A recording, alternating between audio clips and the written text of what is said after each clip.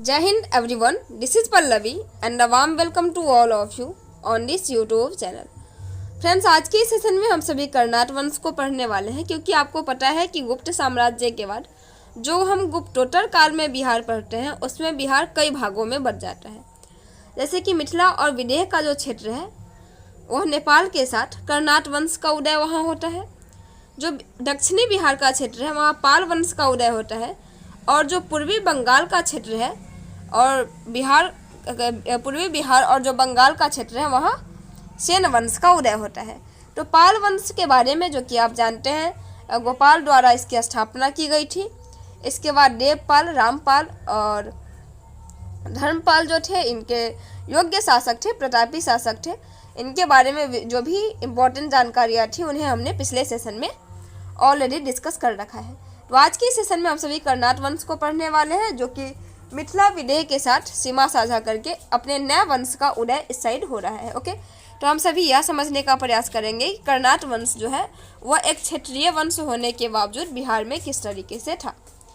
जो इम्पोर्टेंट बातें होंगी केवल आज के सेशन में हम वही पढ़ने का प्रयास करेंगे और सीखने का प्रयास करेंगे। तो चलिए आज आप हमारे साथ सेशन में हमारे साथ बने रहें। कर्नाट वंश में आप देखेंगे कि 1057 ईस्वी में, कब 1057 ईस्वी में, मतलब जो 11वीं सदी के आसपास माना जाता है, 11वीं सदी के अंतिम दशक में नान्यदेव के द्वारा, किसके द्वारा? नान्यदेव के द्वारा। ओके, आप देख पा रहे हैं नान्यदेव के द्वारा बिहार के जो उत्तरी भाग थे, जो मिथिला और विदेह का क्षेत्र था, वहाँ पे कर्नाट वंश की स्थापना की गई। किसके द्वारा की गई? नान्यदेव के द्वारा की गई। कब की गई? 1097 ईस्वी में की गई, जो कि 11वीं सदी का अंतिम दशक माना जाता है भी अंतिम दशक। ओके, तो 1097 ईस्वी में नान्यदेव के द्वारा किस वंश का उदय हुआ? तो कर्नाट वंश की स्थापना की गई और इस समय मिथिला और विदेह के क्षेत्र में कर्नाट वंश का उदय हो रहा था। और इस समय जो है वो बिहार कई अलग अलग क्षेत्रों में कई अलग अलग क्षेत्रीय वंशों में बट गया था। आप आगे देखेंगे कर्नाट वंश का साम्राज्य विस्तार जो है वो उत्तर बिहार के, यही मैं बोल रही थी कि उत्तर बिहार के मिथिला क्षेत्र से लेकर के नेपाल तक था। और कर्नाट वंश के शासनकाल को मिथिला का स्वर्णकाल माना जाता है। आप ऐसे तो जानते हैं कि जो स्वर्णकाल है वो गुप्त साम्राज्य वंश को माना जाता है, लेकिन यदि कोई क्वेश्चन पूछे कि मिथिला का स्वर्णकाल किसको माना जाता है तो कर्नाट वंश को। किसको? कर्नाट वंश को जो मिथिला का स्वर्णकाल माना जाता है। आप इसको याद रखेंगे। ओके, किसने करा है कर्नाट वंश की स्थापना? नान्यदेव ने। कब करा है? 1097 ईस्वी में। कोई समस्या नहीं।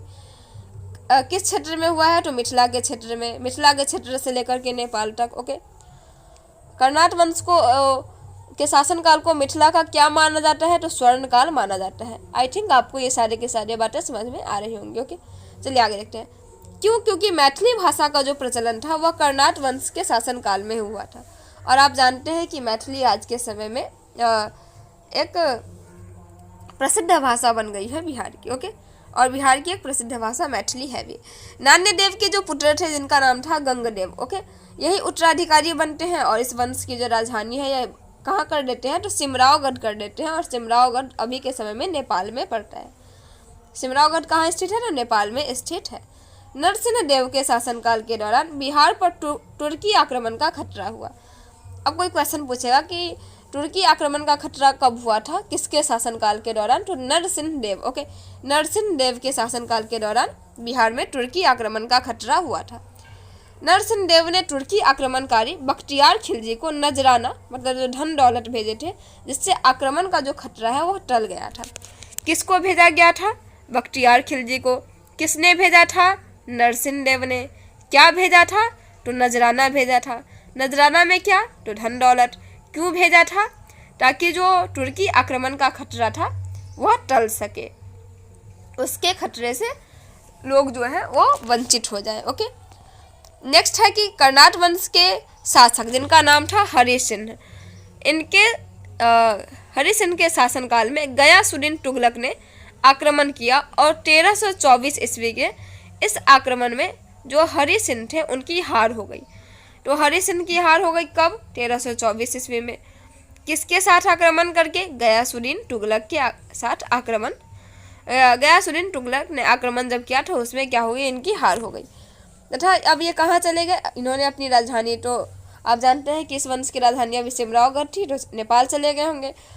इस प्रकार इस हिस्सों को भी दिल्ली सल्तनत ने अपने में मिला लिया। मतलब बिहार का जो यह क्षेत्र था कर्नाट वंश का, अब यह भी किसका हिस्सा बन गया, तो दिल्ली सल्तनत का हिस्सा बन गया। 14वीं सदी के अंत तक इस वंश का जो है वो पूर्ण रूप से पतन हो गया, और यही कारण बना पतन का, क्योंकि अब दिल्ली सल्तनत में मिल गया था गयासुद्दीन तुगलक से हार के बाद। तो अब दिल्ली सल्तनत में मिल गया था हमारा यह कर्नाट वंश, और यह कर्नाट वंश जो है इसका पतन हो गया। आज की सेशन में इतना ही। हम फिर मिलते हैं अगले सेशन में बंगाल के सेन वंश को लेकर के एक नई वीडियो के साथ। तब तक आप सभी अपना ध्यान रखें। हमारे साथ अंत तक बने रहने के लिए आप सबों का बहुत बहुत धन्यवाद। और यदि आपको ऐसा लगता है कि काफ़ी कम समय में ये सेशन कंप्लीट हो जा रहे हैं, तो इस चीज़ को लेकर के आपको ये नहीं करना है, क्योंकि छोटे छोटे सेशंस ही आपके लिए लाए जा रहे हैं आपके अटैचमेंट को लेकर के। ओके, आपके लिए जस्ट बंगाल के सेन वंश के बाद एक जो पूरा सेशन है वो आपके लिए लाया जाएगा, जिसमें आपको एंशिएंट हिस्ट्री ऑफ बिहार का 1 शॉट मिलेगा, complete revision for ancient history of Bihar. Okay, चलिए आज की सेशन में इतना ही। आप सभी अपना ध्यान रखें। जय हिंद।